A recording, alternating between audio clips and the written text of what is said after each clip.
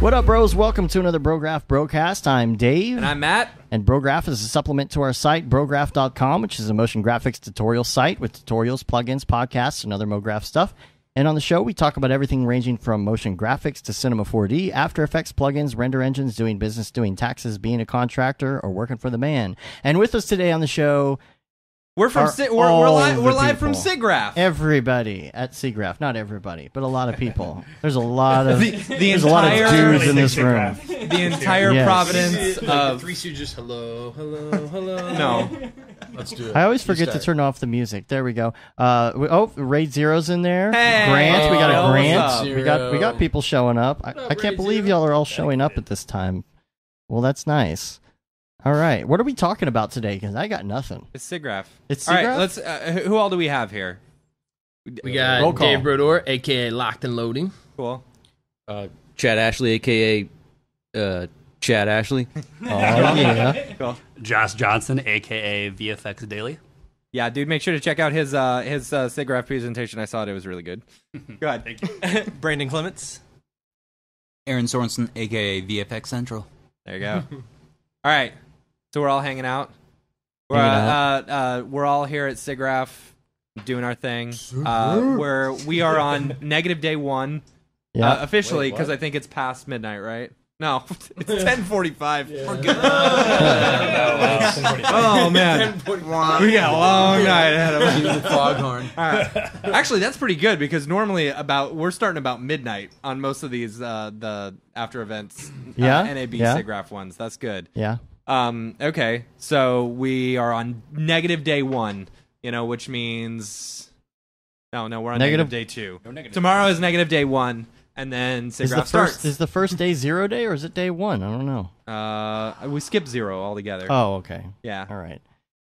Zero Day sounds cool, though. Yeah. It does. Yeah. I think someone made a short called 0 Day, right? Mhm. Some small, Some girlish. guy. Some What do you say? I don't know. some person, some people. People. Yeah. Mike did that. So, so there's a lot of really good presenters this year. I'm super excited about it. There's a lot more Germans this year, I have noticed. Yeah. I'm nothing In like general or at no, the Maxon like booth? at the Maxon booth. There's a lot of German presenting? presenters, which is cool. Yeah. A lot on R20, and I've got to say, I know Chad's with me here because I've been seeing some of the stuff you've been tweeting. Like R20 is awesome. Yes. Yeah. There are so many good features with it, and I didn't realize how good I think it was. Like the VDB stuff. That's so much cooler than what you guys think. When you guys think VDB, I guarantee you're thinking clouds because that's what I thought initially. Yeah, that's a huge misconception. Yeah. Not No. misconception, just a completely different idea. Yes. Yeah. Yeah. So it's all like the if you've seen X particles and their VDB meshing and stuff like that, like the Boolean operations, it's almost like the chamfering that I have been asking for years and years and years, like being able to smoothly go between several things. This is it. It looks glorious, super pretty. yeah, it's good. David Ariev's in the chat. Oh, hey. What's up, David? What's up, Da? I'm so sad you're not here. Jesus. Yeah, Octane, Jesus. he's with us in spirit. Yeah. That's good. I like that. Nicely done. Amen. You can't see. Oh, man. He died for our samples. No. Oh my God, that's We're all going now. So what are you looking forward to seeing, and who are you looking forward to seeing at the conference? I mean, everyone here is presenting except for Brandon, right? I'm looking forward to seeing Brandon. Yeah, that's what I was going to say. I'm looking Yeah. forward to seeing Brandon. Sweaty ass Brandon. Dude's getting married. That's why he's sweaty. Yeah. He's already starting to sweat. I'm looking forward to just seeing everyone. Honestly, I went through the presenter list and I was just like, holy crap! Some of these people, this is the first time meeting a lot of a lot of these guys. Like, we're all friends, like, on the internet and kind of look at each other's artwork, but then you're, like, meeting them and kind of getting to know them. And it's, like, everyone that I've seen on the list, their work is phenomenal. So it's, like, super cool to be able to, like, learn from each other. So I'm actually just excited to see everyone at the C4D booth presenting and seeing how they, like, their workflows, everything else. So it's just, I think it'll be pretty I was really awesome. interested in seeing some Houdini from you, but I'm so sorry. Sorry. I'm not doing Houdini since we got the software for me. Right. Well, you don't want to do Houdini at a C4D thing, so. Yeah, it's a little bit. Yeah. You're like, hey, we can do that too. Yeah. I'm looking forward to checking out the NVIDIA event tomorrow. yeah. No, that's Is, tomorrow. The Is that CEO of NVIDIA is going to show up and Oh, yeah. say something. Yeah. something. Yeah. Something. I'm really hoping. I did not know that, but I am now intrigued. 1180? Yeah, I don't know. What time? I think it's like 6? yeah, it's later in the day. It's like 4 o'clock. 1180? At 1180? That's when it's going Oh to be? yeah. I don't know. That's not a I don't- time. No, I don't know if 11:80 that's is what not I a don't. time. I know what he's saying now. It took me a second. Thank you. Cheers. No, I don't know if that's really what. I don't know, but there's 3 other speakers. Is right? Jules And the Jules only speaking then no. as well? So No. one He's of the Tuesday. only third. So 3 speakers. The only one that I knew is Adrian, who's working on Arnold GPU. Oh, So I don't know. We'll see. All right. okay. Tomorrow's gonna be a big day. Maybe not. Yeah, I don't know. It could just be. Could be a regular who day. knows? Yeah. but I don't know. Well- You may want to just keep an eye on Twitter. I'm gonna go there. I want to go to there. To the Twitter. I have all the parts to build a system at home, and it has 3 blank spaces in it for something. Oh yeah, and get this right. So they just released the new Threadrippers. Yeah. Like The day my 4 or old one 5 showed up? Yeah, the day his old version Lame. showed up Yeah. from Amazon. Yeah. I don't mean to laugh. at your- Did you find the Kubernetes? I found the Kubernetes. Do they have them in some road cases or Yeah, something? there was a bunch of NVIDIA road cases that held all the Kubernetes. Okay. So All right. We finally found them. And we got selfies. So what else? There's an AMD booth. It's huge. yeah, Um, It's- Wait, I the- didn't see that. it's right No, behind it's us. right behind us. Oh, you haven't been down to the floor Oh, yet. yeah. Yeah. Oh, that's right. Yeah. How long I have don't you know what been they're here? going to You've have been on here all display. day. Yesterday. Yeah, but you should at least come down. I to the had booth. Other things to do. Okay. Ah, yes. In Vancouver. I was gonna say, apparently by Slack, you've just been looking for coffee all day. Coffee. Yeah, that's right. Which he did give a good recommendation. I also had it up here. All right, Coffee definitely. boy. So what other things? There's a lot of VR. There's a lot of AR going on. There's apparently another section that I haven't even seen yet that has all the VR AR stuff. I I wanna don't check know. Yeah, What- how what was did you it? see there? Saw some cool things. They're trying to do some. So I don't know if anyone knows. I work at the Void full time. Yeah. Yeah, it's pretty awesome. Shout out to the Void. Go check it out. Thank you. And they had some cool things like doing like haptics on the fingers, trying to simulate like you're touching things, which was pretty cool. So we did some of that. It's still kind of work in progress, but there was a lot of just Did you actually have feedback? yeah, Like, there was some haptic feedback some, in the pressure fingers, or some pressure, something? yeah, That's a little cool. bit. But I've seen other ways of doing it where they have like a band over your finger, so that when you grab at a certain point, it actually resists. And I felt like that way has worked better. The haptics, like just kind of like pulsing your fingers, didn't quite do it. But Okay. they had another cool thing that you guys could go check out, where you have one of your friends wear the VR headset, and then like you go with a buddy, and they wear a backpack with literally a robot on your back, and whoever's controlling the VR like handles, it will control the robot. Okay. I'm dead serious. So like wherever your head moves in the VR, the robot's head will move. And then if you move your hands with the remotes, the robot hand move. I don't know what. Like I asked him, I was like, what applications so, does this like, have? The robot is on your they're back, like- so literally Mars you could be exploration. punching Yeah, the no, person really. who's carrying you. Well, then they walked it over by me, and I was able to give myself a massage with the robot. Oh, there you But go. like, so obviously, I can think of some yeah. very Oh, good gimmick my. to do right, that. That could go But south real quick. Literally. Oh boy, yeah. I don't know what the applications of that would be. Mars exploration. Yeah. Maybe. Sure, Oh, yeah, people VR. are going to think Yeah. of their shoulders. Yep. Back scratching. That's what it's for. Mm-hmm. Anyway, there's other cool things in the VR stuff, but yeah, you guys go check it I out. remember one time at the Emerging Technologies booth. It was around the time when Star Wars, the crappy versions came out, you know, and so that was like all the buzz, whatever. We're sitting there in people Emerging. going to die? in Emerging Technologies, there was a thing there where you could put these headphones on someone, and a person with a remote control could essentially put a tone into those headphones and offset your equilibrium and steer you as a person. Really? And so Oh my yeah, gosh. it was freaky and weird, and like everybody that did it was like almost like they were drunk, like. But George, so I'm standing there like just chilling out, watching people like fall over each other doing this thing, and all of a sudden I noticed like these gigantic bodyguard type guys walking around me, and I'm like, what the hell is going on? And I see George Lucas like walking behind them. So George Lucas and Dennis Muren show up, and I think, if I remember correctly, George Lucas steered Dennis Muren. Like, Dennis Muren got on the headphones and, like, steered him around using this device, and it was the trippiest thing I've ever seen. Oh, wow. No, I didn't That's check crazy. that out. They need to bring that back. It was It is off-putting. now illegal. Yeah, it's kind of I'm creepy. pretty You sure. tried it out? No, hell no, I would No. not. I would not try that out. Never. No. No. So I would get vomitous. what about AR?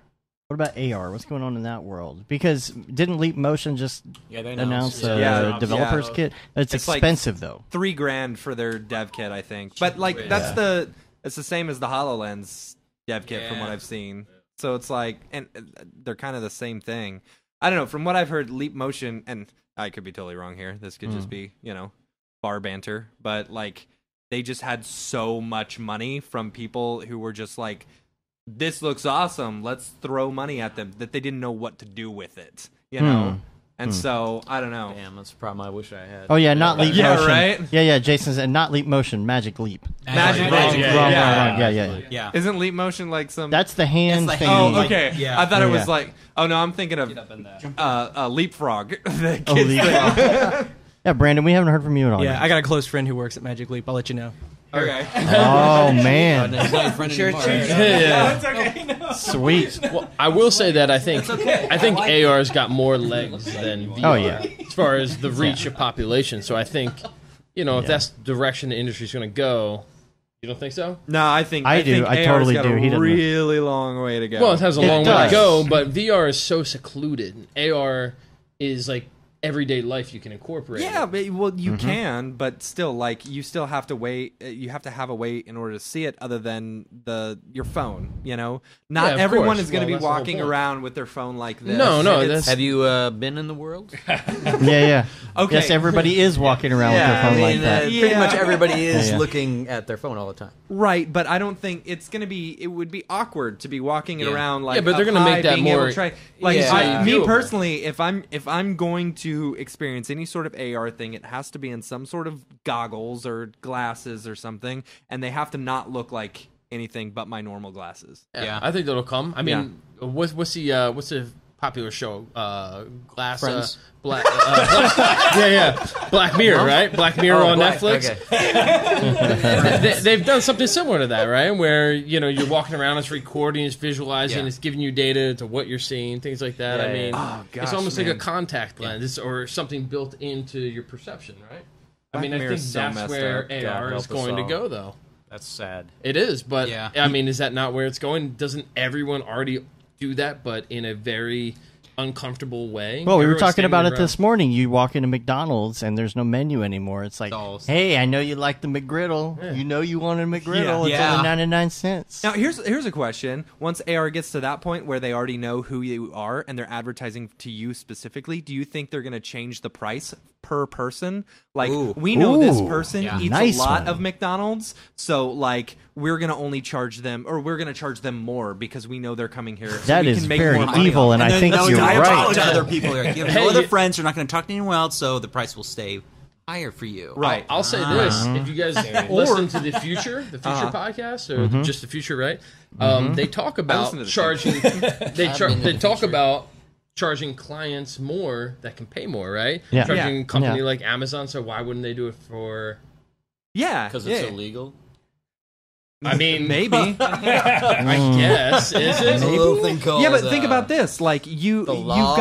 have We do it. you get emails, that's personalized emails from something like Overstock.com or Wayfair or something. No, that's because I've been shopping for couches, where they are specialized for you, saying 20% off, blah blah blah, in order to try and get you in to shop with them. What's going to stop AR from you walking by McDonald's and you see a coupon pop up that says, "Hey, save that already 50 cents." happens though. Like that already is happening. Exactly. Like, I think So like people are going to be paying less for food or more for food based on their personal preferences and stuff like that. I mean, that already happens based on geolocation. I mean, you're served ads Google everywhere. searches. Yeah, exactly. Search. Like, Yeah. it knows when you've been to Ace Hardware, and it's going to serve if you you talk up. about it. Yeah, exactly. Well, Yeah. Now that's not Oh, true. dude, I'm gonna get ads That's for Ace not- Hardware. don't now that you even, said it. like you're selling my wife. Like Oh that, boy! Like, we were talking about pets, and No, pet things. I saw a whole that video is on it. not- It's real. That's not actually true. It's real. It's not true. A lot watching. of people like to believe that it's true, but it's actually based on things that you've searched, places you've been, Right. Things that you've talked about. If you've given them Talked any, about, yeah. and well, not talked about in terms of like your voice. Yeah, you got it. Yeah, okay, all right. All I hear is digging a hole. Yeah, no, I swear to God. Yeah. So it's Hold on, basically let me put on my tinfoil hat.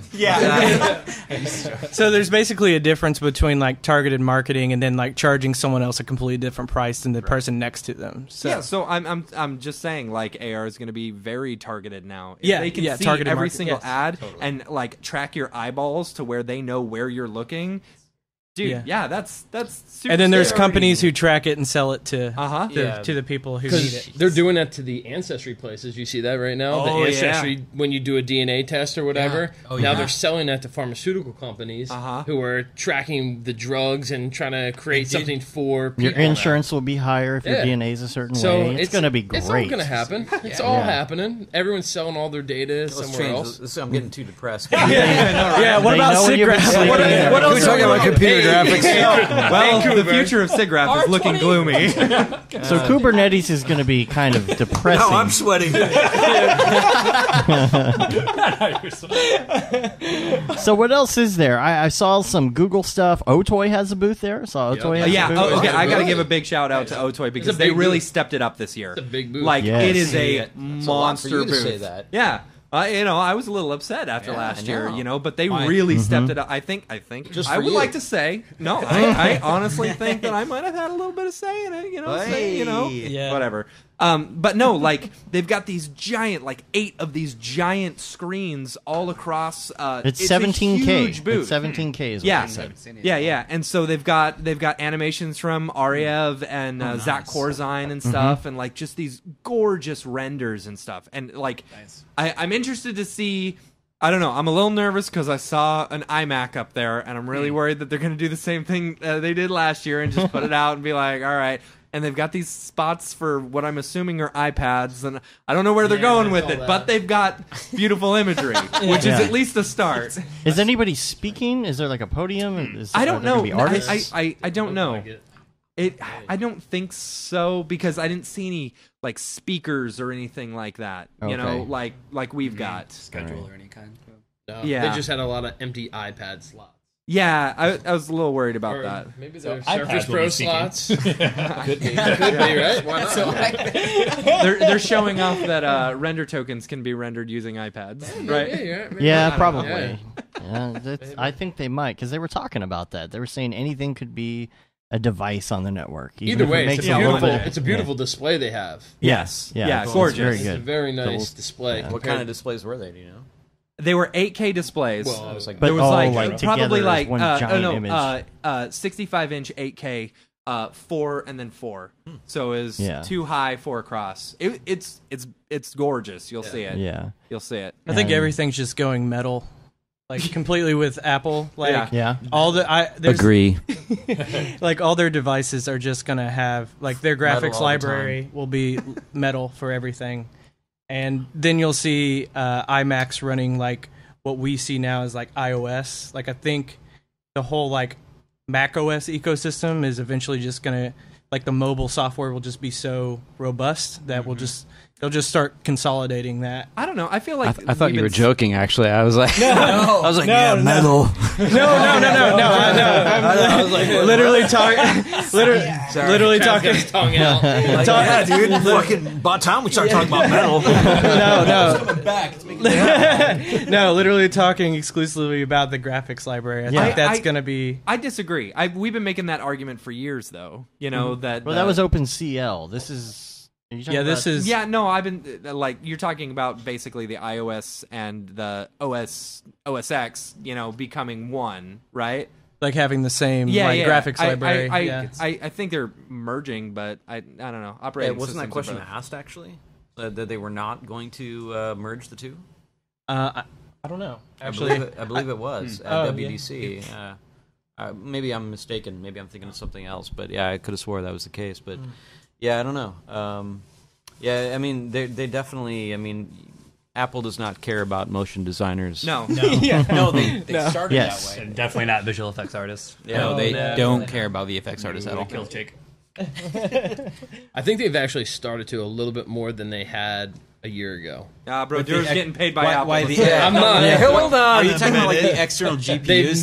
They've reached out. They've reached out to a couple people in the industry. Yeah. And I think they would like to get back a little bit. There's some smart people still there, or now there, and I know for a fact that they've reached out. They've talked to people, Skype chatted, asked what they can do. I may or may not be any of those people. Yeah, I see where this is headed. No, but to me, that means everything. A company that obviously we all love. Everyone loves Apple, but we have a love-hate. I have a love-hate relationship with them. I've loved them. I grew up with them, designed with them at least, right? And then it got to a spot where I was like, you know what? They're not catering to us anymore. They don't care about us anymore. And then I'm always willing to allow the door to open if someone knocks on it and says, hey, we want to try to correct this. What do you need? What do you want? What are we missing? I'll be different this time. I promise. It's like an abusive relationship. Come back, please. And it might be that way. It probably is, right? That is a good metaphor. This is totally an abusive relationship. Yeah, I mean, that's what I don't understand. We're like, really going to give you a Mac Pro this time. Sorry. No, we're really... last time I cheat on you. We're actually going to give you NVIDIA cards. Realize that Apple just wants to be your friend. They don't want a relationship. Yeah. Friend zone. Yeah, Always. friend zone. That's why I switched to PC. It's been the best decision of my life. Yep. Wow. Of your life? My life. Yeah, well. I'm like, holy crap. I thought you were wearing a ring. I'm like, maybe we need to I'm get wrong. you a more exciting life. Guys, I don't have a lot of goals. I gotta start changing things up. You know, you haven't seen his PC, though. Yeah, Just saying. Must be pretty baller. Yeah, it's pretty sick. Nice. Does it come with lingerie? That is one sexy PC. Yeah. I think... go ahead. Oh, I know. The other thing I'm looking forward to is the Redshift stuff, because I have seen on their forum they're coming out with the post effects. I'm sure you can talk about that. Yeah, I've been playing with those. And it looks... Everything I saw looks awesome. So I was anti post effects for a long time. Yeah. Because, you know, being doing post, man, like, you know, that's just something that you don't do. Yeah. And you don't bake it in. Come on, man. You got to keep yourself flexible. Yep. But then I started playing with it, man, and oh my God. It looks... It's addictive. I bake everything. I'm like... It just doesn't do blooms. It does, like, lens... like Yeah, it does flares, blooms, LUTs, and even including our GSG Gorilla Grade LUTs. Hey!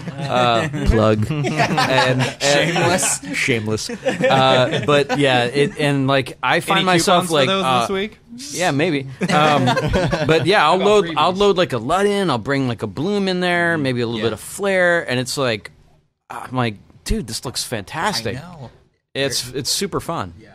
I tried to get on the Inside Club. I didn't get in. 1 and 2. I was trying to get the. It's weird. It's like I can't get into it, but it'll be soon. Okay. Yeah, Josh, you were showing off R20 Redshift, right? I was, yeah. I mean, it's early version, so it's not it's not fully optimized yet for R20, especially when it comes to the multi instances. Yeah, but I was fact, going to say the fact that they're actually like included right now. That's I was going to say, but the fact that everything is working and the multi instances are rendering, and I rendered like 3 million of them a couple days ago. It was like 390 billion polygons. Yeah, didn't crash. And, like, it was working and stuff. So it's only going to get better. From here on out, and I was just impressed that I already have a working version. So that's a great sign, I think, for the users, for people that use Redshift on an everyday basis and in a production environment. The fact that it updates that fast is just amazing. And the post effects do look really cool. I'm excited to use them. Yeah, the post effects are interesting because they happen in real time. So like that's what's really like crazy to me. It's like it's happening in the frame buffer, and you can just adjust it real time and just sort of like art direct it and be like, that looks cool. Yeah, maybe a little bit of this, a little bit of that. And like that sort of like tactile feel when you're just dragging a slider and seeing it bloom, it's like, oh man, this is pretty cool. Like I didn't want to admit it, but it's cool. So can you render them out as like separate AOVs? Like because I know that like Octane does do like the post effects separately. You can separate them. Can you do it in Redshift? That the last version that I had, you could not save them and you could not render them to your image, but that is planned. Okay. So you'll have an ability to be like, oh yeah, I want these in there, or I do not want them in there. But that's an important thing because as an artist in production, I want that ability to art direct and sort of look develop with it. But when I render, maybe I don't want it baked in, or maybe I want a version with it and without it, so that I can A/B it and be like, okay, well, the client didn't like this part. I don't have to re-render. I can just go back and redo this one little thing. So that's super important, and I think that you're going to see all the renderers jump on this post-effects bandwagon, as much as I think a lot of people like to crap on it, including me, months ago. There's a little bit of a thing there. But yeah, I think that you're going to see that happening because it is like very useful for a look dev artist to be able to be like, okay, I want a flare here. I'm going to dial it in just the way I want it. And I don't want to have to like spit it out, bring it into Nuke, Fusion, After Effects, whatever. Like it's super useful. That's exciting. So I haven't used the post effects yet, but just what Chad was talking about, it makes sense because really when you think about it, when using Redshift, you get to look dev on the fly with the GPU renderer. So why not do it in the post side of things too a little bit? Because you can play with, like, isn't there curves or like a levels control as well? There's full curves. So you have all that with flares and, curves, and you can throw a LUT in there. It makes a lot of sense to, maybe if it's not even the final image, maybe it is for certain things. It makes a lot of sense if you're doing boards or pitching, like that's what I see a big use for it. Like if I'm banging out board frames and I just need to get a look really fast, I don't want to have to jump into a comper. I can do it right there and like either like save it directly from there or just like really super like quick and dirty screenshot it even and like just like put it in a deck and be like there it is. Like that's useful. Hasn't Octane been already doing this though? Except for like the lens flare. I've seen the lens flare stuff, which is super rad. I think Merc. He kind of came up with like some kind of cool plug-in too for Redshift or whatever, but like Merc I don't know. Kubernetes, Is it really all that new? Yeah. Well, altogether it is. I think they hired a developer specifically for the post effects. So they're taking it really seriously in the fact that it's got LUTs built in, which you can do in Octane as well, but you have to do it in a completely sort of different way. And I haven't used the Octane one in a while, but I don't believe the Octane one is a post effect, isn't it? Is it? Like it doesn't happen. I think it's just a camera effect, right? Right. Yeah. So it's not something that's happening like on the fly. Like, oh, let me just dial this. Pretty much on the fly though. But you can it happens toggle through them. Right, but you're not gonna be able to like your render's not done. Nope.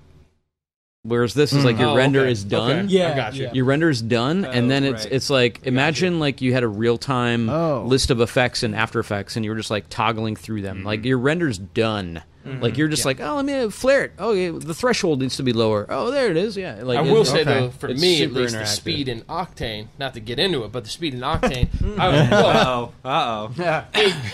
Honestly, we're talking fractions of a second, if that. I don't care if the render's done or not. I literally hit the down arrow key through the tab, and it's so like render done or not, it's real time. Well, no matter how heavy my scene is, essentially. But you have a pretty robust machine, though. Yeah. That's what I said. Didn't I say my machine? Yeah, but I mean, like, you're right. That in your case, that might be the same. It might be a wash for you. Yeah. To like do it in Redshift or do it in Octane. But for a lot of people out there that only have one GPU, maybe just 2 GPUs, and maybe not great GPUs, that ability to render the frame and then be able to walk through all that look, like, that's pretty useful. It sounds great. It just sounds more like a catch-up with a plus to me. Sounds I don't know. I think a catch-up with a catch-up. I don't think both of them are catch-ups. First of all, like that post effect has been in V-Ray for years. I mean, it's been a thing. Yeah, V-Ray represent. It's cool. Yeah, it's not really a catch-up. It's a user-requested feature. With Redshift, right? I mean, that's what it was, right? Like everyone on the Redshift forum wanted it, so that Costas and the team. But that doesn't really make sense. User requested feature. If it's something in another software already, I mean, you can call it what you want, but someone else had it, and then whether it's requested, yeah, but or it also not, has features that Octane doesn't, like the lens distortion. No, I effects agree. and like I said that too, right? Yeah. The lens distortion is ridiculous. It's crazy. The flare. There's definitely pluses to it, but you're looking at something and saying, how do we take this and just make it better? Isn't somebody going to be able to write something in OSL that could do that potentially?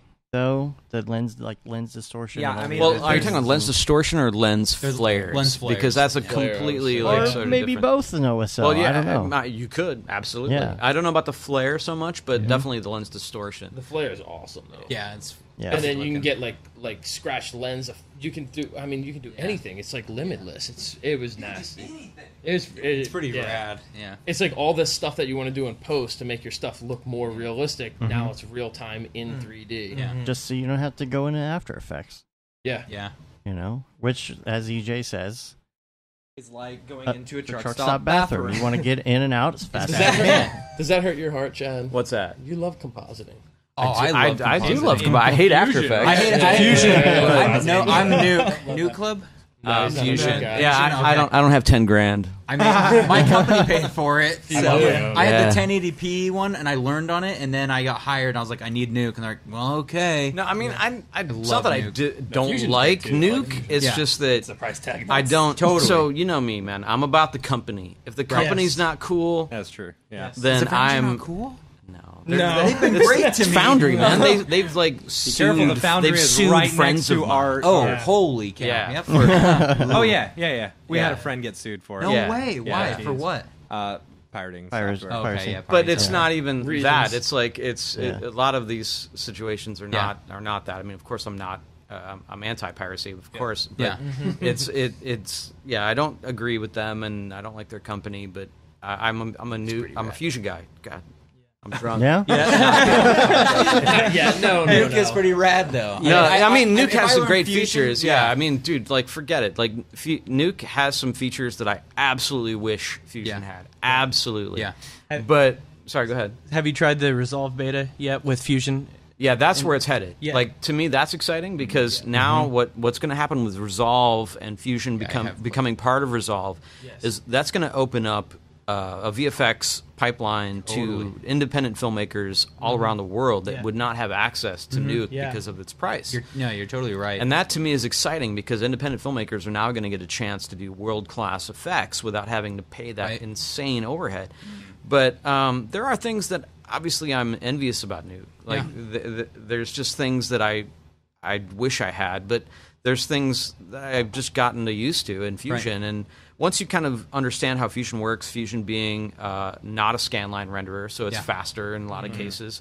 I explain it to people like this: Nuke is Nuke is like it's like the tortoise and the hare, right? Nuke is really great at if you throw a lot of stuff at it, it's going to always react the same way. It's going to be that scan line going brip, brip, you know, like working through that shit, no problem. Yeah. And like Fusion is a bit more like you got a pretty slender scene. I'm gonna be fast as hell. Yeah. And if you got a heavy scene, I'm gonna be kind of slow. Yeah. Like, and if you're cool with that and you're like you understand it, then you're like, all right, this works. Yep. And it's not a scanline render, so it's gonna be a little bit faster in that regard. But it also doesn't have some of the really unique, crazy stuff that Nuke has. But I mean, for that price point though, like for sure. Like, no, it is interesting that like Blackmagic is putting it in DaVinci, because even myself, like, so I was a huge like Adobe everything. Like I was probably like 2 years ago, I was just Premiere, After Effects, and once I switched to node-based compositing, it was like can't go back. Yeah, like it changed. It completely changed the way I started compositing. And it should, because that's how everybody should be doing it. Yeah, it makes way more sense. It's like you don't have to go like pre-comp, layers. Yeah. And that's what I'm saying. Yeah. Like a node-based compositor, like the most important lesson, if you take nothing from this crazy-ass podcast that we're doing right now, take this, that if you haven't dabbled in nodes, whether it's compositing, materials, whatever, do it now. Yes. Yeah, totally. It's coming. Learning how to composite with Nuke, Fusion, whatever, it doesn't matter. It's like you're learning the same techniques, same principles. That is going to carry through to your shader work. It's going to carry through to all of your work. And I tell people this all the time. You learn how to composite, you learn the fundamental ideas of compositing, then you will make better shaders. Yeah. You will make better work, and you will be a more well-rounded artist. 100%. I completely agree with Chad on that. I come from a visual effects background, started in compositing way before I touched anything 3D, and I don't really consider myself an amazing 3D artist by any stretch of the imagination, but I do think that my compositing helps me make more realistic shaders, more realistic renders, all the way around. It helps me. I still use After Effects, but I mostly use Nuke now. I've used Fusion too, which I love. If I didn't invest in Nuke a few years ago on a movie, I would have Fusion for sure. Yeah. So I mean, really, it's it's more about just the node-based learning totally. and letting that carry over. And there's definitely because Fusion is going to be a part of DaVinci, because even I've opened it up and I was like, man, this is going to be so convenient, and people are going to start jumping on that node-based composite. Yeah. And even for me, like I was saying, I don't use Premiere anymore to edit. Like, I am 100% all in DaVinci now. Like, I do all my edits and coloring everything in DaVinci. Yes. And so I sometimes even feel the temptation to just be like, well, might as well learn Fusion as well. Because it's all in here. And so it's like, I don't have to leave. And so Blackmagic, I think, has made a incredibly smart move by kind of taking that whole market. Like, oh, we have a really good, solid editor. We have the best coloring system. And now we have a node-based compositor. Like, what else do you want? Yeah, and for motion designers, I think it's going to be a little bit easier to bridge that gap, because you have like a really easy timeline, like with DaVinci, and then you can have like certain comps lined up in your timeline. It makes that a lot easier. And the support for like Alembic and FBX inside of Fusion is super, super helpful, because you can extract depth from your images right out of the gate. Yeah, I'll tell you a quick story about, and I don't want to spend too much time on the Nuke thing, but so when I was at a studio, we were evaluating Nuke because just so many freelancers knew it. We just we had to evaluate it, and we were Fusion just because of I already knew it. It was cheap, whatever. And so a Nuke artist came in and demoed it, and he's like, "Here's Nuke, this is what you need to be using." And I'm like, "All right, cool. Like, I'm down to try it. I mean, at this point, I need freelancers that know any node-based compositor, so I'm down." And so he went through a spiel, and then I said, okay, well, here's my thing. I have some 4K red footage, and I can hit the space bar, and it plays like real time, and I can blur it, and I can color correct it like in real time. Can I do that in Nuke? Can you show me that? And he could not do it. And he's like, well, okay, well, you're not doing this quite right, and well, how are you using this? And I would say, well, okay, well, how about this? I do a lot of motion design work, and like sometimes I just want to, throw a quick gradient on a background and drop some 3D over it and blah, blah, blah. And he's like, well, you're not doing it right. And I'm like, well, what am I not doing right? He's like, well, you're not using it the way that, and I'm like, what? I'm being a motion designer? Like, I'm actually being creative with my tool? Like, this is what I want out of it. And he's like, yeah, that's just not what this is. And I'm like, well, then it's not what I want, And really, if you know Nuke, great. Yeah. But you can be more, and I will fight to the nail on this. Like, you can be more creative in Fusion than you can in Nuke as a designer. Yeah. And that's because Nuke is an A over B. Let me get this stuff done, and I respect it for that. And the film industry has proven that. But if I'm creating, I'm designing, I'm being experimental, I want to screw around, I want to bring in geometry, particles, whatever, and I just want that ability to iterate and just mess around, I can't get that in Nuke the way that I can in Fusion. Yeah.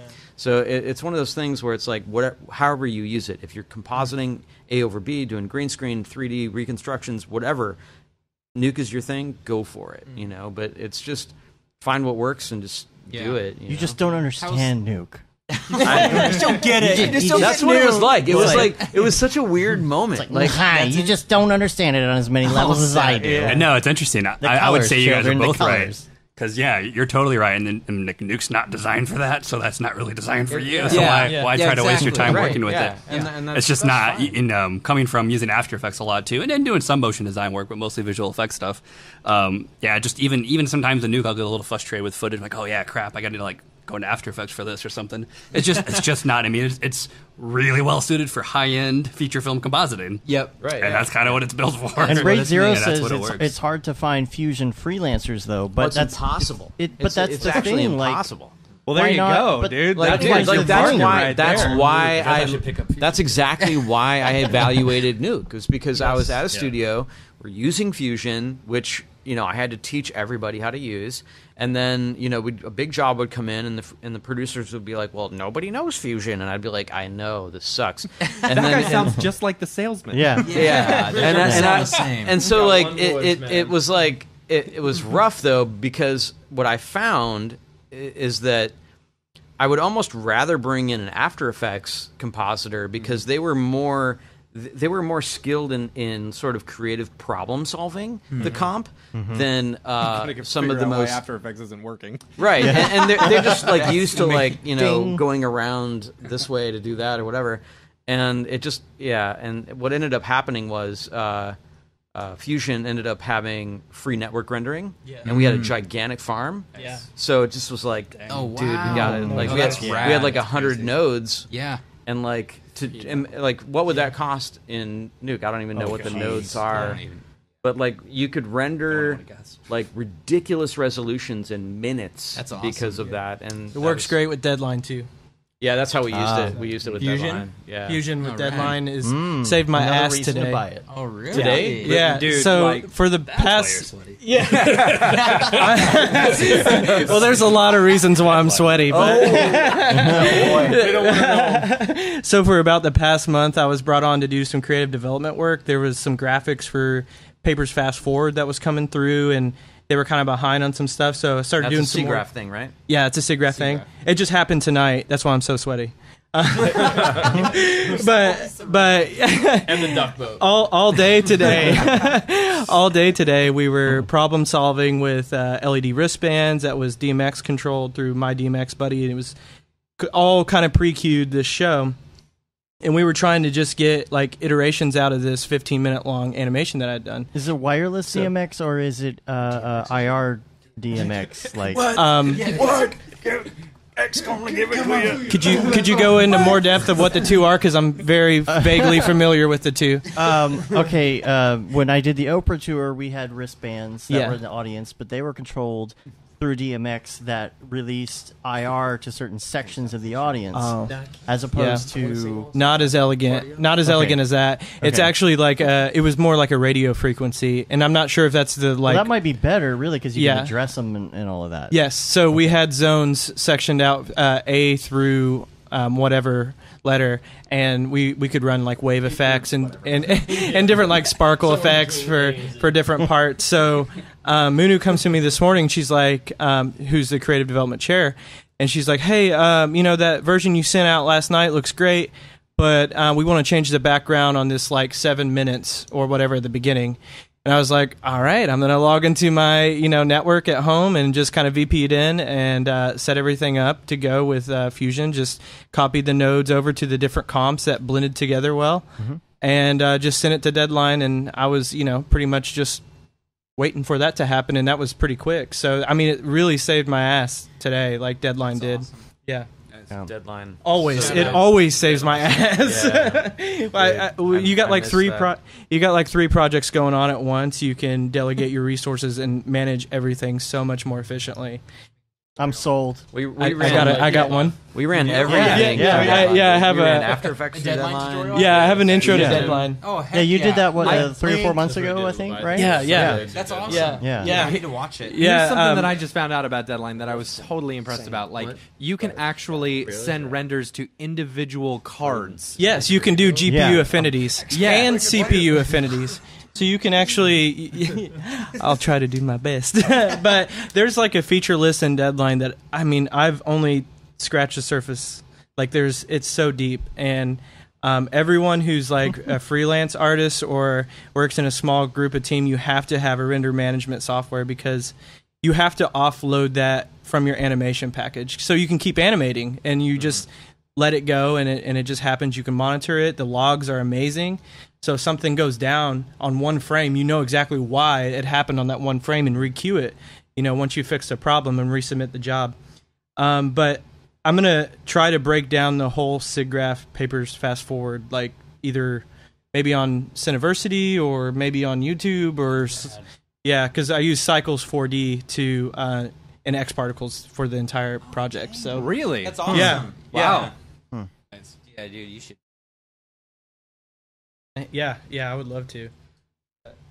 What do you think? Raid Zero brought this up in the chat. What do you think about the free version of Nuke?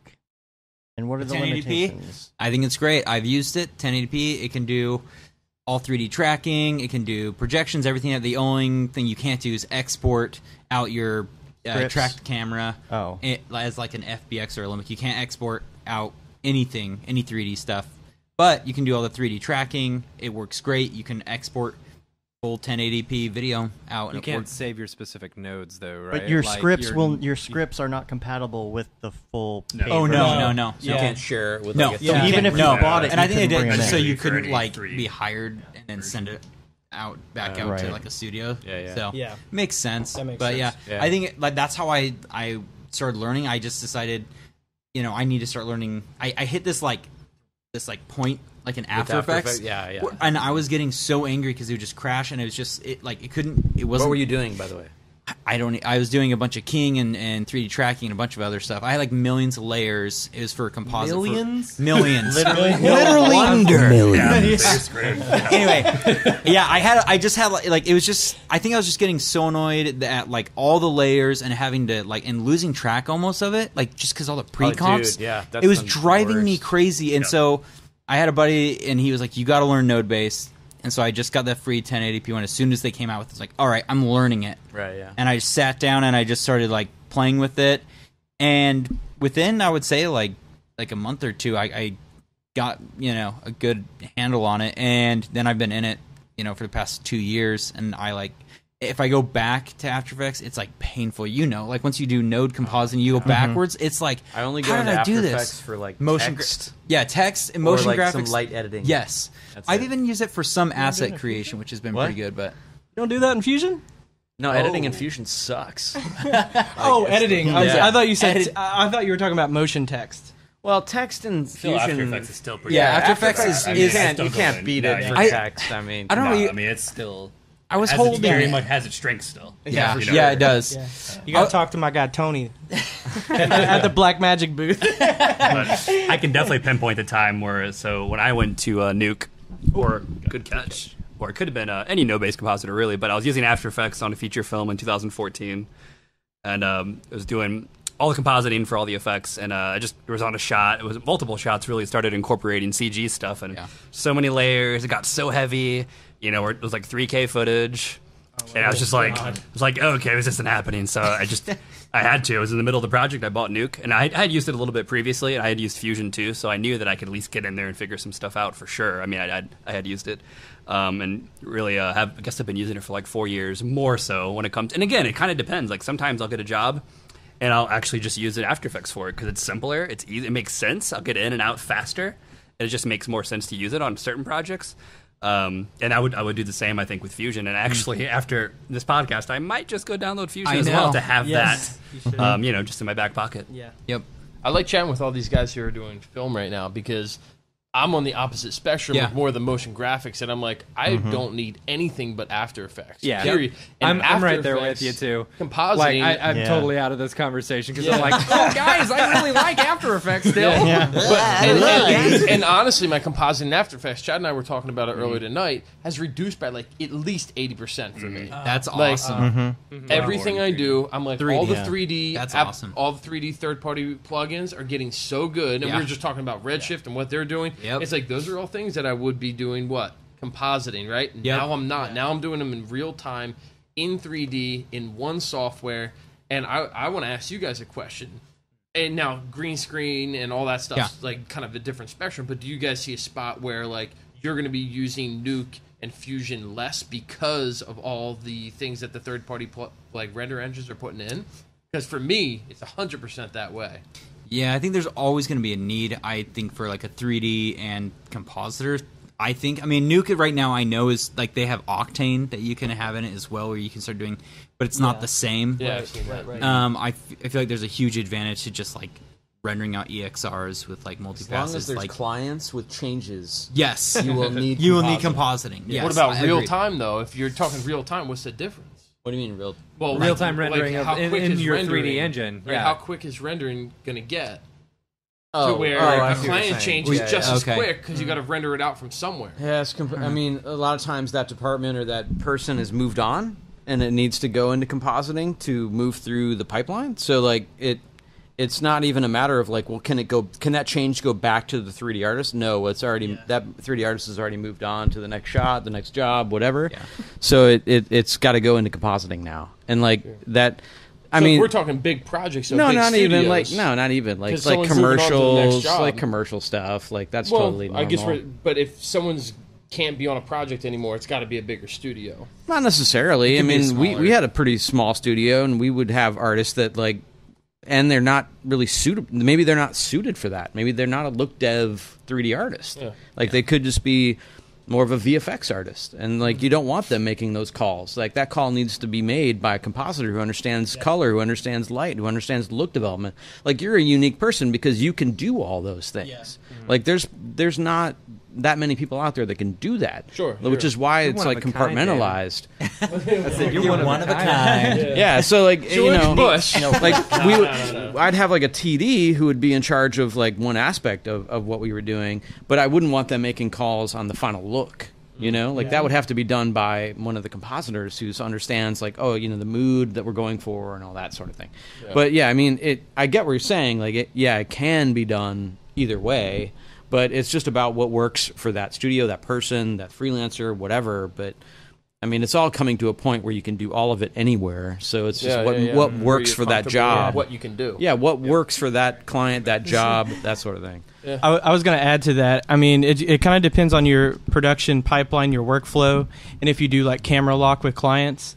So like after they can sign off on like camera lock, then you basically have your TD or whoever is rendering on that pipeline, on that end of the pipeline, sets up all your mats for your compositor, and then you can pretty much control any level or any kind of like tweak at the end of the pipeline. As a creative director, I wanted that control to happen after the rendering, because I want to be able to be like, I just want this small little tweak, you know what I mean? Yeah. And I didn't want to have to go all the way back to that 3D artist and like, okay, well, what?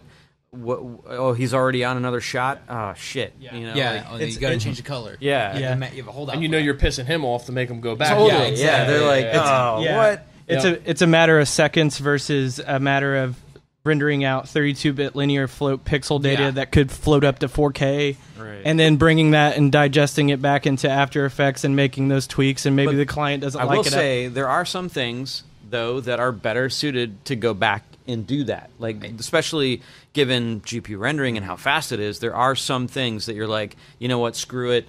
I'm trying maybe you're trying to push something that just it would be better just to go back to 3D at or that you've point. just band-aided it so much. Yeah, where you're exactly. like, yeah. I have created this thing 5 times, rendered them out. Yeah, like now I can it's only just better push this so far before we just realize let's just go I've back lost and track fix of it. all my band-aids in my And After here's Effects the project. thing, Let me like- just render it out Which was once. my kind of original question: is do you see your compositing getting reduced? because I've seen mine, but you guys are more in the film. Reduced for sure. Yeah, because you're able to make calls earlier. And then does something like nuke then become as relevant, or does something like fusion kind of take over? Those little finite things that you're like nuke can do, and you're like, you know what? I don't need those much anymore. I can cut nuke out and do fusion. I have no idea. I think in a 3D pipeline, we could probably see ourselves almost cutting out some of these, but I think there's always going to be the VFX pipeline that is always as long as you're filming something, there's going to be a need. There's going to be a need for compositing at the end of the day. And like what I've noticed, Nuke is like each release they're coming out with like new nodes and new things and new plugins to solve a lot of problems that like I feel like no other package is doing right now. Like their new, what is it, a vector, smart vector. Yeah. Holy crap! Crazy. I don't know if you guys got to check it out. Smart vector, it's incredible. So they have like a lot of cool new tools that I feel like they invest a lot of like research into finding like what problems artists are having and then creating solutions. Yeah, Chad gave them a couple. Yeah, thank you. Just to add to that, I mean, from my perspective, just like kind of what Aaron was saying, like anytime you have live action footage and 3D stuff, you always need something to marry those together. For sure. And it's just not going to happen all in 3D, not yet, until all the 3D softwares have built-in compositing. Which do we want? I don't know. Well, I was going to say, Blender. Things are already happening. Blender actually has a built-in compositor. Yeah, it has a compositor. What? Really? Wow. Yeah. So did Softimage XSI before it was That's true. Houdini. So yeah, I mean, it's not to say that that's going to be able to replace something like Nuke or Fusion right away. Yeah. But I mean, it has to be a lot of time put into it. Different people too. Like, I mean, it's different people, different jobs. Absolutely. Some people might want to go to compositing. So I can totally see that. And but for me, I'm also a control freak, and I also started out in compositing. And for me, when I feel like I'm in compositing, I'm like, yes, I can cheat now. I'm not in the 3D world, so I can cheat and make it. Love me some cheating. So I mean, for me, it's like, all right, here we go. This is where I'm gonna. This is where I take the image from 90% to 100%. That's the hardest percent. That's the hardest. The last 10%. It's true. It's true. And I'm extremely biased too because one of my childhood best friends works at Mr. X in Toronto, and he just finished like doing The Shape of Water, and he's like an extremely talented Nuke compositor. And growing up with him and like showing. He got me into like graphics basically, and he started out with After Effects, but just his like skill level, I think it's like if you have someone in your team who's a great compositor, they'll take it to the next level every time whenever you hand them any kind of renders, any kind of like good mats, good. That's very true. Like AOVs. That's always been my experience too. Anytime I've worked with a good compositor, I give them shit 3D, and then I'm like, they show me what's back. I'm like, I didn't render that. Yeah, that's like. I mean, it's an entire different discipline. Yeah, totally. It's the same reason why a director should not edit their own films. Yep. It's because it's that additive process. Sorry, it's like you want the other artist's input. You want them to put their stamp on it. You want them to take ownership of it. And the only way that you're going to do that is if you give them some sort of creative input. So the idea of a compositor in a pipeline like what we're describing is like getting the 3D 80% there means that if you have a good compositor, it's going to be 150% awesome when you get it back. Yeah. And like that is the beauty of a good compositor. Is like them adding. It's an additive process, and I tell that everybody always talks to me about like rendering and shit. Oh, should I switch this? Should I switch this? Learning is an additive process. Yep. Add tools, do not subtract. Always add. And like whether it's compositing, 3D, 2D, whatever, just Redshift, always Octane. Always add. Do not subtract. Totally, and that goes back to like I still use After Effects all the time, really. Even though I'm full time compositing Nuke for like major feature film huge shots. Yep. But I mean, I still will use both all the time. I mean, it's just the way it goes. You don't subtract them. Do not subtract. Yeah, and that's a big thing. Like I when I was learning the 3D applications, started in Standard Renderer, moved over to V-Ray, and then moved to Octane. Octane was a totally different beast, But I was then trying to switch over to Redshift. I found that like the things that I learned in V-Ray translate over to Redshift, and very similar to Arnold as well. Like those kind of like the terms and terminology and like the node-based stuff, it all translates over. I didn't lose any of my knowledge from Octane, I just gained more knowledge, on how to do things. It's additive, man. Yeah, and our brains have a lot more room for gaining. So Yeah. Not after tonight. Work on those C4D gains. Yeah.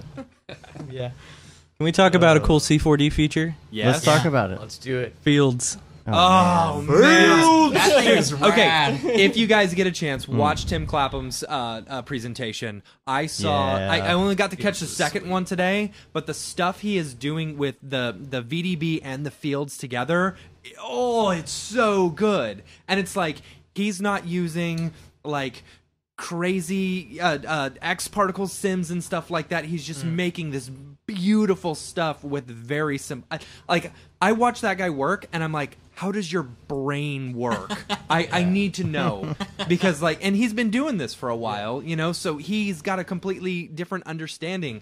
Like I've seen a lot of people using the matrix generator or whatever, and it's like, I've never used a matrix generator. This is cool. Yeah. I think what separates him from other instructors is that he has a great basic fundamental of like, he knows like 3D computer science. You know what I mean? Like he could probably jump into Maya or any of these other 3D applications and still get what he wants done accomplished, just because of like understanding just the basic fundamentals of a matrix, like a matrice and like mathematics, or just vectors or like anything like that, like the basic fundamental stuff that we learn maybe in high school or college.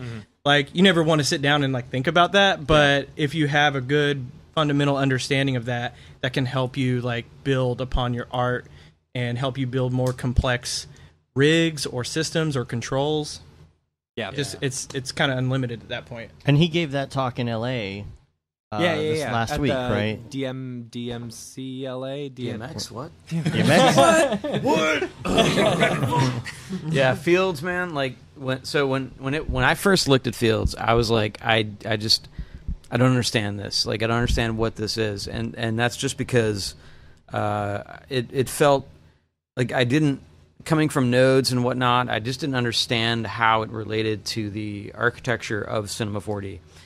And then when I opened it, I was like, oh shit, okay. Like this is some game changing stuff for cinema. It really is. And like once you sort of understand how deep it goes and just how you can manipulate it into doing what you want, the opportunities are opened. And so the things that Chris and Nick and I that have been doing with it, it's been addictive. Like you play with it for 10 minutes and you're like, wow, I could do this, I could do that, and then your brain starts going, and once you understand how it works, it's gonna start thinking in like fields and like additive and subtractive, your brain, and like, exactly, effectors and stuff. And like so, that. but like here's the thing: like if you understand compositing, then you already understand fields. Like that's what a lot of people don't understand. If you understand how transfer modes work, how additive, multiply, subtract, additive operations, then you. I think you said additive 4 times. Did I really? Okay. So that's just it's all additive, baby. and so okay. I've been drinking. Okay, you don't know me. Hey, wait a minute. But anyway, if you know even that sort of basic compositing like fundamental knowledge, then you're already ahead of the game on fields, and then it's just a matter of like, okay, well, how do I art direct it to the way I want? How do I get it to do what I want? What is this thing? How are they doing that? And like once you start to dig into that, man, it's super fun. Fields by themselves would have been like a really awesome update, but the fact that they're doing the fields and the VDB stuff, like, man, it's insane. It's insane how much you can do when you actually like join them together. Like, I haven't gotten to play with VDBs yet, and model anything with VDBs, but like from what I've seen so far, I'm just thinking that's how my brain works. Well, that's exactly how a lot of modeling programs already work. Right. Yeah, ZBrush does that already. 3D And then you got like Fusion 360, Moy. Like these are programs that are based on those fundamental principles of like subtracting and adding and filleting. Now, filleting isn't something that VDB modeling can do, it already does it naturally, just because it's basically filling a volume with geometry, and it's going to have some soft roll-offs and whatnot. But yeah, that idea of like, oh, I have this idea for this bottle, and like I know these ridges here are subtracted from this lathe. Okay, well, let me lathe this out and let me subtract these different rings. That makes sense to people. And it's that like I think is gonna. It's sort of like not only just from a modeling standpoint. Like that's fine, but like think about it from like a design standpoint, right? Think about it from like, okay, well, yeah, I know I can model this mic and that's whatever, but now think about all the crazy things you can design with it. If you have a VDB feeding into a MoGraph object that's maybe opening up holes while other things come out or things in or weird things happen, and it's all like procedural happening right there, like that's really dope. Yeah, I just kind of want to add to that, like, just working on all these different projects in Cinema 4D over the past, like, 5 years or whatever, because, coming from, like, Maya and using, like, the hypergraph and being able to kind of pass data, what it seems to me, and if you could provide someone with an elevator pitch, would you tell them, like, the Fields was a way that Cinema 4D is allowing you to kind of break down the MoGraph module and send data your own way without having to use a certain pre-built module effector or something like that. It seems like to me like Fields is a way of like being able to break individual data and then pass it on to different objects. Not necessarily the way that I think that you're describing the individual passing down of data the way that Houdini would. Yeah. It's not like that. Yeah, but like maybe taking a step in that direction, like where we have a little more freedom. Yeah, it's taking a step in that direction, but also like making it palatable for the artist. And I think that's an important thing for them to do, because ultimately a lot of people don't want to dive into Houdini because of it's just like intimidation factor. But like this is a more palatable approach, and it's very well designed, and the fact that they went with a layer based approach with transfer modes that are very similar to what you already know, like that's by design to make it smart. It's a smart way to work. It's also super addictive, and like once you start to break down what you can do with it, with third-party rendering as well, like the things that you can do and the opportunities it opens with proximity shaders and things of that nature, it like your brain starts to go like, oh, whoa, okay, well I couldn't do that before. Like this is pretty cool, and like now your mind starts to like go places it wouldn't have before. Yeah, Fields is sick. I feel like it's like overshadowing how sick DVD modeling is though too. Like they've got R20's got so many dope features that it's like Fields is probably the one that everyone's going to use the most, just because that's why we all like cinemas, because of MoGraph and that flexibility. But then like I don't want it to overshadow or whatever the VDB modeling, because I've told a few people that I talked to tonight that that's how I do most of my modeling in Cinema 4D right now. I use X Particles Skinner. You're gonna love it. And I get geometry and I just drop it in there, and I'm like, it makes sense. I can make very organic things. It would be very difficult to make, or just time consuming at least, right? Totally time consuming to make. And I'm like, I'm gonna put these in here, get the general shape, and then I can go in and model it how I want. And VDB modeling now in R20 just takes a dump on that. Like, straight up, right? It does. Like, you can add, subtract, like, you can really model with it. Like, my way was just, it was a junk way of getting loose geometry, and then you had to get the detail. It's like, now you can do it and get the detail and get a pretty decent looking mesh all together. I'm like, it's pretty awesome. I'm super excited just because I do that all the time. It'll definitely help. Modeling super cumbersome. A lot of artists, just like we were talking about earlier too, it's like, I don't really like rigging. A lot of artists are like, I don't really like modeling. I don't really like UV texturing. Like, those are pretty much the three primary things that I think those are really important things. Yeah, they are. But as Cinema 4D artists, those are three things that like we hate. You hate one of those. Well, you hate them because they've never been really accessible. Exactly. And that's and true. now they're getting there, and it's like, embrace that. I get it. That's how your 3D is going to hit that next level. I mean, UVing is not... I've never experienced UVing as a difficult thing until I got into Cinema 4D. Like, UVing in 3ds Max is pretty simple. Yeah. But in cinema, I'm like, oh my god, right? I was telling the Maxon guys tonight. I was like, dude, change the UV system, man. Triplanar. Other softwares have yeah, like thank God for triplanar. Yeah. Thank God. Yeah. But yeah. That's why No. I mean, that's only a band-aid. But so eventually, you have to UV something, and it's like those tools are so like. And I talked to the Maxon people tonight. I was like, when was the last time you gave an update to like body paint and UV? Which is so weird because body paint used to be a badass back. And that's in the what day. I said. I said when body paint came out, people were buying Maxon for body paint.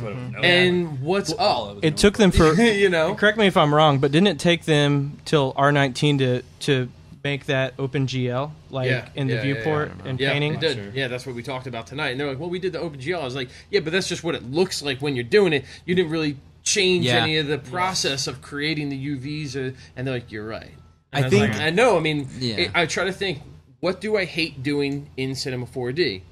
UVing. Yeah. That's the only thing I really hate.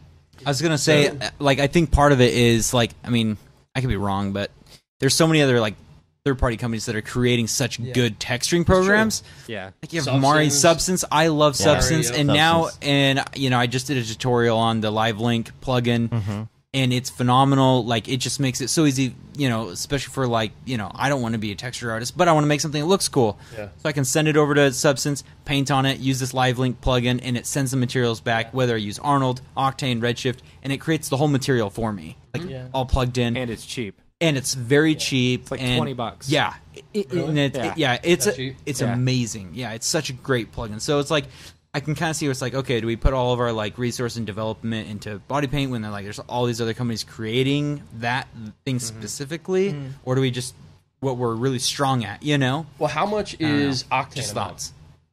$20 a month. $20 a month. Going to, okay, if you're so subscription model. Yeah. So I get so many requests for tutorials, and they're like, is it going to be an Octane? And I'm like, yeah, but it's like $20 a month. And they're like, well, I can't do that. Can you please do it in physical or standard render? And it's the same thing. If you build it in, it's complaints after complaint after complaint. Oh, I don't have that software. I can't do it. It doesn't matter if it's $20 or $10. Like, people are complaining about that. The tutorial I'm doing at Siggraph this year. Yeah. People are like, I hope you're not using any like online textures because I can't afford that. I hope because I have Cinema 4D for $4,000, but I can't afford $20 plugin. Well, I hear you, right? But I hear them as well. Yeah. If people are literally complaining to me about not being able to buy, and you know, I mean, textures.com, like, I mean, how much is it for a few credits? I mean, we're talking. Yeah, they give you a free credit. People are saying they can't do it, and I'm like, all right, well, I'm going to talk about how you can take your own photos and bring it into Photoshop and do what I'm talking about. But I don't want Photoshop. Yeah. No, but it's too expensive. But right, I'm just like trying to think. Like, the beautiful thing about Cinema 4D that I always loved is before they had the sculpting, I started messing with ZBrush, which I hated just because of the interface, and I started messing and I started messing with Mudbox, which I really liked. And then Cinema 4D came out with its own sculpting engine, and it was almost identical, in my opinion, to Mudbox. Very similar, at least, very close. And I was like, you know what? This is fantastic. I don't have to leave the software. I'm in it. They have subtle differences. ZBrush has way more differences than Mudbox or Cinema sculpting, but there's something really nice that Maxon's doing about making the basics all built in. You know, Cinema 4D sculpting is not ZBrush, but does it suit 60% of the industry? Probably 60% of the time it works every time. Every time, that's just science. Yeah, straight up science. Science. So I don't know. I think Maxon's got a good thing. I think if they added a couple of simple UV functions that were kind of like the other parties that we're talking about, it wouldn't go to waste at all. I feel like a lot of people aren't buying those and just are stuck with outdated crap. Yeah. More or less. You know what's really frustrating is going to Tech Papers Fast Forward and seeing all these research white papers that are talking about like UVing, and it's like they take like a crazy arbitrary mesh that has like holes in it, and they're like, we're going to introduce a way to like pretty much automate this whole process. Fantastic. And it happens every single year. There's always papers talking about like surface detail and like UVs, and it's just a wonder. I don't. Chad and I were talking. It's like, these people who write these amazing research papers, like, do these large corporations buy them up and just keep them in house and don't really release it to the public? Yeah. So, like, where does that go? Like, where does that? Somebody call Alex Jones. I don't. Yeah. They're making the frogs gay. You can rip your shirt off and say that. Sorry. I would settle for bounding box selections. Oh yeah. You know, like I just want to manipulate my UVs with a bounding box. That's all. Maybe. Yeah. That's what be I'm a saying. Just better a way. couple simplistic. Yeah. Couple simplistic things. I was chatting tonight, and they were talking about how about better projection, like Yeah. I was like, that could be cool, but it's still a Band-Aid for what you really need. You know, stuff that like wraps around the geometry instead of just on the whatever the front-facing thing is. And I was like, that's cool, but it doesn't solve if you need to rotate the object. So I mean, I don't know. You should. I don't know if you guys have ever played with 3D Coat. It's another I've sculptor. heard great It is. It's pretty rad. It does a very, very good job. It's just like ZBrush, but I feel like it's a lot more user friendly. I've been playing with it quite a bit. Does a great job with the UVs and retopologizing. Like I can have a super dense mesh.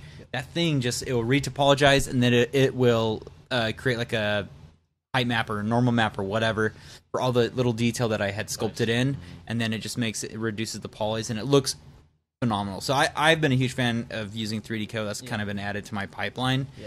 And you guys check it out. It does some good stuff. My secret? Yeah. Find a ZBrush artist. Yeah. That's seriously. That's really. who's really good. Yeah. And then just pay him a little money and say, hey, can you UV this for me? Oh, yeah. Can you retop it for me? Yeah. Cool. UV master. Yeah. How's this sound? Benjamin. Huh? Yeah, it's a little help. Here's my problem. I teach at Ringling College as well. And so I want to use 3D Coat, but I know in my head if I use it, I'm going to forget how to do it in Cinema 4D. I know. And so now I have to teach these students how to do it in a backwards way.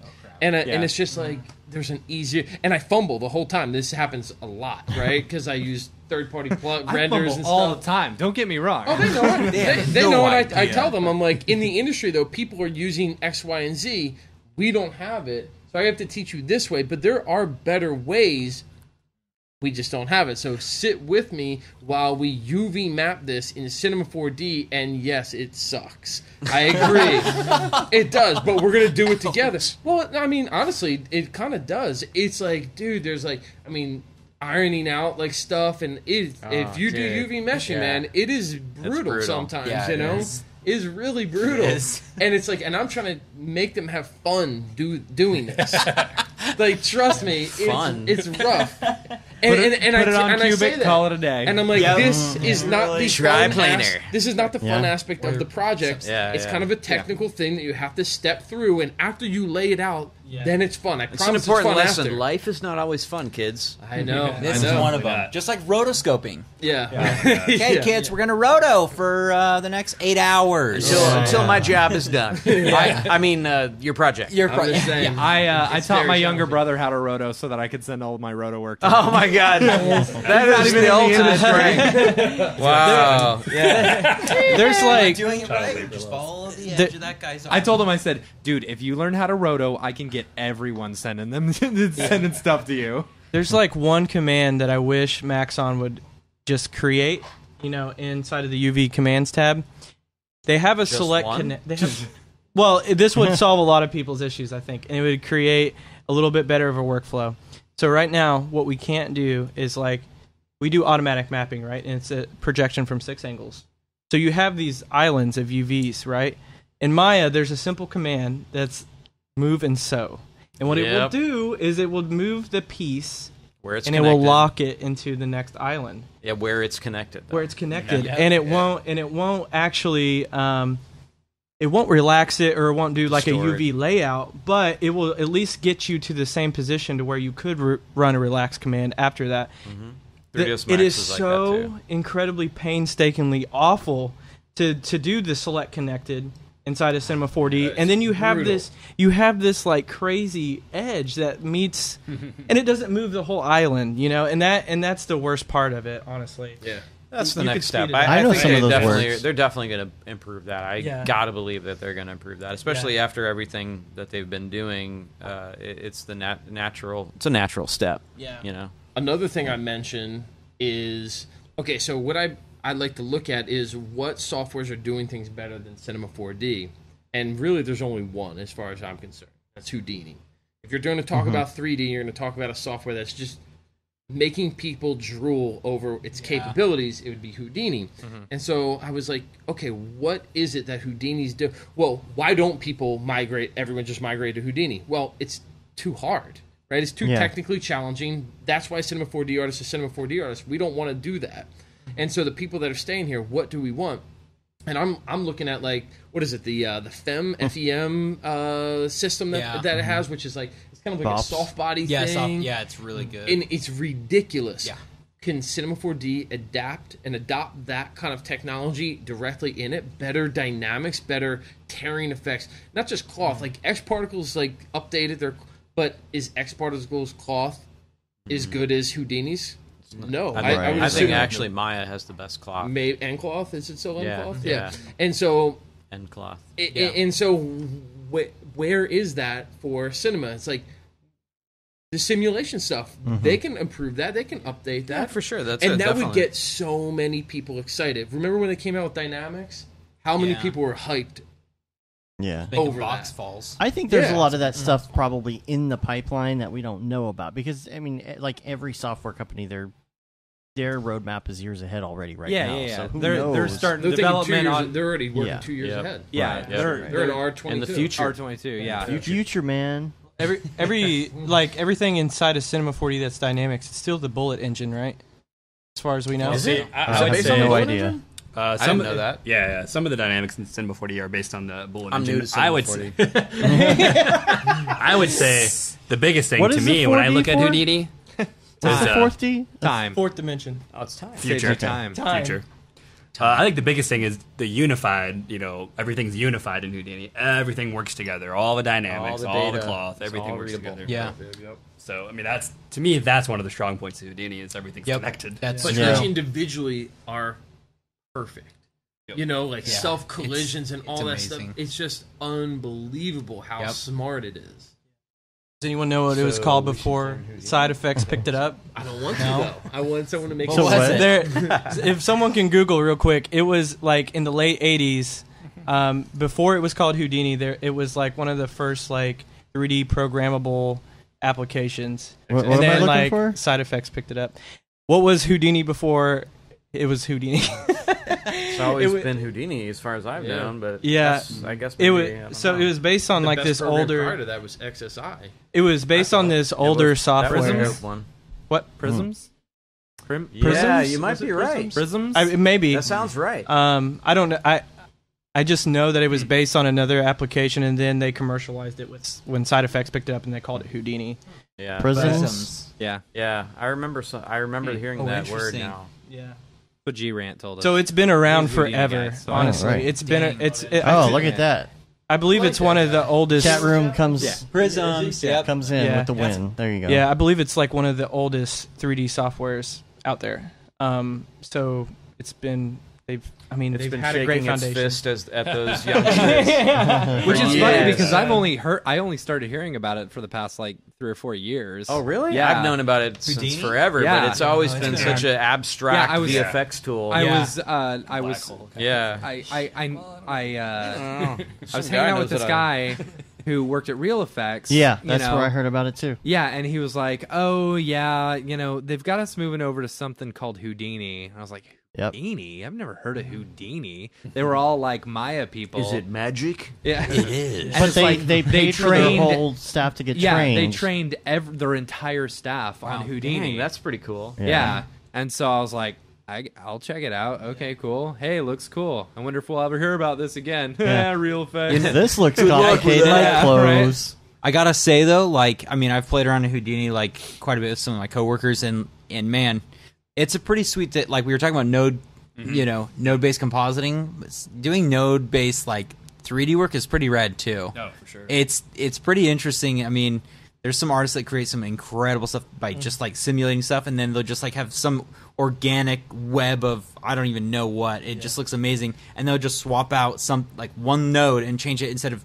squares, they'll do spheres, and it just like goes down because it's procedural. So it just like goes down the chain, and it just changes, and it's amazing. So, and are you modeling in Houdini as well? Yeah, you can. I know you never, can. I never have. I've seen but good tutorials, and I'm Lord, like, that's gotta be- that looks. I've rough. done projections in there, and it's worked great. And then obviously just a bunch of other rendering and stuff. It worked really good. It's actually amazing because you can create Houdini digital assets. Yeah. That you can actually Bring with the into Houdini Cinema engine, 4D, right? Yeah, you can actually set up because it really is 3D programming. Side Effects doesn't want to call it 3D programming; they rather call it procedural because that's a little more easier to swallow than like saying you're programming in 3D. But that's exactly what it is. I mean, you sit down and you're basically one big script when you're creating your node tree. G-Rant says, I'm afraid to go into it because I think I won't come out. You won't. It's a rabbit hole. Like, You'll I'll never just get out. like, all right, cool. I guess I'm Houdini now. No. sorry, Nick. Yeah. So guys, here's my. I'll be in the basement. When was the last time you had sleep? Just do RGB Gorilla. Yeah. And it will be all about data. All Houdini. Oh, that's RGBA. RGBA Gorilla. It would be RGB chimpanzee, right? Yeah. That's good. Nice. We love it. Yeah, Grant said modeling in Houdini is not fun. That's an old story. I'll tell you this another time. So we got to wrap pretty soon because I think pretty soon it's going to be. It's almost time for the Monday morning meeting on the East Coast at this point. Oh wow. Yeah. So before we go though, I did want to just real quick talk about what we're talking about this week, what our presentations are about. Yeah. Matt and I are going over the Dead Mouse. The Rick and Morty thing. Dead Mouse stuff, And, as well as the projection mapping stuff we did for Busch Gardens. So it'll be fun. A lot of stuff you guys all know, but it's still fun to see the process behind a fun project that we worked on. Yeah. Then you get to hear a lot of swearing. Yeah. What are you doing? What's your my Siggraph presentation? It's how I do my ground, rocks, and terrain. It's kind of a long requested kind of tutorial from my stuff, and kind of that macro level terrain, and I'll show you how to do it in the physical render, the Octane render, and I'll talk about how to do it without spending any extra money on third-party plugins. How you doing, dude? The sculpting stuff that you were doing was awesome. Yeah, like, I jump into sculpting a little bit. Yeah, too. I was like thoroughly like I've done sculpting, but like in cinema, and I really like it. But just like seeing you create this rock, it's like it looks awesome. Yeah, thanks. I love the sculpting engine. I use it. Yeah, it's great. And I said this. I say it in my presentation. I do it in almost every project since it came out. I love. It's so organic. It's so natural to sculpt. And modeling I never gravitated towards like hard surface modeling. Although I love it and I nerd out about great hard surface modeling, which is like a total nerd sentence. Yeah, but we all appreciate it. Everyone gets it. Everyone gets me. But the organic modeling for me, that's what safe place. Yeah. Thanks, guys. Someone walk me to my place after this. That's really I've gravitated to the organic modeling, so I hit a little bit of that up in it as well, and a couple techniques I've learned through doing it. It's a fun one. Cool, Chad. What are you presenting on? All three of us, Chris, Nick, and I, are gonna do like a round robin, passing the mic back and forth about all of our favorite things about R20. Well, we have a third handheld mic. Yeah. I guess Oh, we're gonna have to perfect. go Yeah, through. I'm glad because fun. we're just gonna kind of bounce back. Like, what did you like? Oh, I like this. I like that. So we're just gonna show all our favorite shit. That's awesome. Yeah. That's awesome. Nice. That's good. Cool, Josh. Yep. I'll be talking about some of the R20 features related to visual effects, specifically a lot of the motion tracking stuff.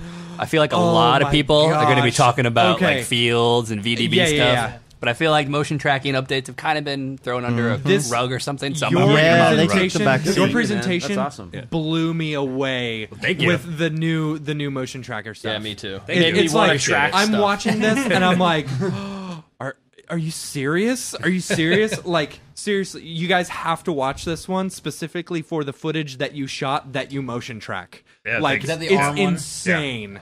It is insane. Yeah, thank you. It made me want to go film something to track it, to do graphics on it. Yeah, that's awesome. So I think I present Tuesday, 1:30 Vancouver time. You also show the new Olympic stuff as well. Yeah, I show a little bit of Olympic stuff too. Yeah. And how that you can retime it and stuff like that. Yeah. And I bring it into one of the shots that I object tracked. Yeah, have a little bit of fun. And there's a new I don't know if you showed this or not, but there's I think you can right click now and save as Olympic. Yeah. You can, you can do that. Yeah. Yep. Mm-hmm. Yeah. And so you can on anything selected. Oh, what? Yeah, you can right save click, as yeah. Olympic Yeah. and delete, and it And goes, delete. Literally it goes just like into, goes. Bloop, I'm an Olympic now. Like even on like MoGraph animated I'm everything. gonna show a cloth cache like that. That is Oh, awesome. nice. Yeah. It's super Yeah, nice. yeah, And it saves it into a new like you got the text folder, and then I think there's a new Olympic folder or something. Streaming folder. Yeah. That like it just saves it right into, which is awesome. So you can replace it with whatever you want to, like if you have a different place that you have your file. Whatever. Yeah. No, it's really nice. And I'll touch on a little bit of the multi-instances as well, which is pretty sweet in R20. Yeah. That is definitely not talked about enough. I'm going to talk about a little bit in mine too. I have this like weird Cineversity course that's supposed to come out at some point, and it was going to talk about MoGraph to Unity, and talk about high definition render pipeline, scriptable render pipeline. So I'm hoping it will come out this year. I don't know. I've been busy, but that's a plan. Now that R20 is out, I bet they'll probably, There's too much goodness not to bring a limbic. There's too much goodness not to bring an Alembic sequence that you create with fields or OpenVDB Mesher, and then bring that into a real-time engine and let that stream off of a really fast, like M.2 or something like that. You could create some really cool installations with it. Yeah. Sick. Yeah. I'm going to be presenting on. We're doing some camera tracking.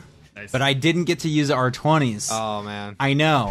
I was Were you really watching bummed. his and be like, yeah, I oh, was. I watched man. like when they were showing all the new things, and I was like, "Really, Mike?" They like just let me. Yeah, use come CD on. again. Yeah, Come on. I know. So yeah. I'll be doing some camera. I'm taking a shot from a course that I'm coming out with, and we are just going to do a camera solve, and then bake the animation, and then projection. So creating like photorealistic environments using projections in Cinema 4D using Projection Man. So yeah, that'll be Thursday at 12 or 12:30. Cool. Vancouver Yeah, time. right Yep. after us. Yeah. Right on. So everything's going to be at c40live.com, and we're going to be doing some interviews throughout the week as well, Lots on of video, them. Yeah. posting that on the YouTubes. But if you don't want to watch the videos, if you're not a video person, you just want to hear the interviews, that's going to be all strung together as usual as the podcast for the following week. Yep. And we get to take a break. Yeah. No. And go work. We're working a lot. And so it smells like a hot, sweaty, drunken locker room in here. So sorry. We're gonna get out of here. I still have to post the show and work on like another thing, and maybe get some sleep in there somewhere. So you know. Oh yeah, and make sure and watch our presentation at the end. We've got something really excited that we want to announce. Yeah, that too. That should be fun. You can subscribe to us on iTunes, leave a review. You can also subscribe to the show on your podcatcher of choice. Helps get our ratings up. You can subscribe to our newsletter and all the other stuff and things. You know what it is. Subscribe to everything. Everything. You got the T-shirts, no Brograph, no MoGraph, the Gate Needs Simone Limited Edition, the Feel the Bab 2020. All the profits from that goes to Doctors Without Borders, and the Render Things T-shirt and hoodie. And that's about it. We're on Facebook, Twitter, Instagram, and of course YouTube, and Brograph.com. Until next time, I'm Dave. I'm Matt. I'm Dave Brodeur. I'm Chad. I'm Josh. Brandon. Aaron. Have a good one. Later, bros. Later, bros. Later. Bye. All right, we're still live. Yeah, Stand don't say by. anything. Don't say anything yet. Here's what I think about politics. Unsubscribe. I'm gonna say something controversial. Unsubscribed.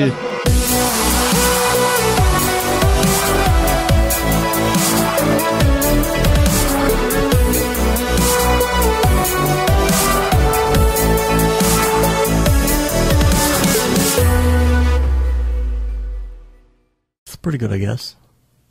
Brograph.com, an online resource for learning Cinema 4D, After Effects, and other motion graphics tools specifically catered to help you prevail as a motion graphic designer. What's up, bros? Welcome to another Brograph motion graphics tutorial. With tutorials, plugins, and now a podcast with tens of thousands of listeners worldwide. Yeah, it's a great community to be part of. We give you professional time-saving tips, industry news, interviews, shortcuts, and lessons that help keep you current in the world of motion design. Throw in HDR Studio, take the render settings, pick the HDR, put in reflection, and gorgeous. I love projects that scare me. When our art director comes to us and asks for something that I had never done before, man, it gets me pumped. Our weekly long-form podcast will give you the latest news, help you in your file management, hardware configuration, and client relations. Learn about the latest render engines, modeling techniques, and workflow integration while staying entertained. Real nice banana. Ah, that's so funny. All right. I'm going to live forever.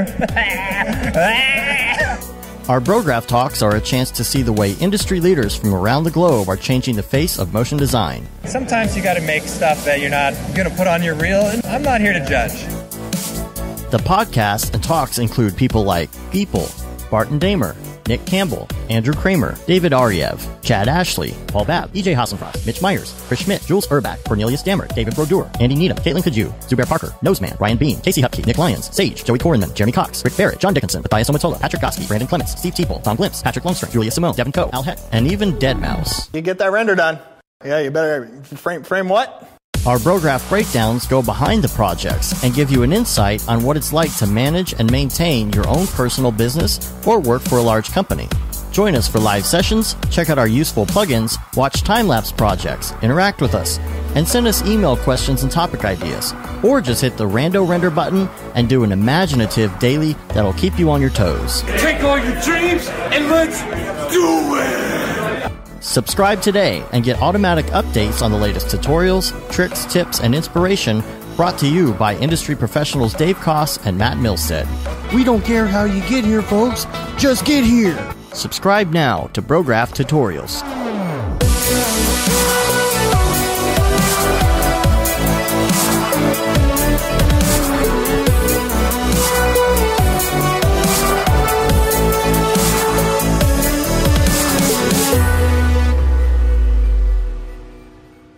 It's pretty good, I guess.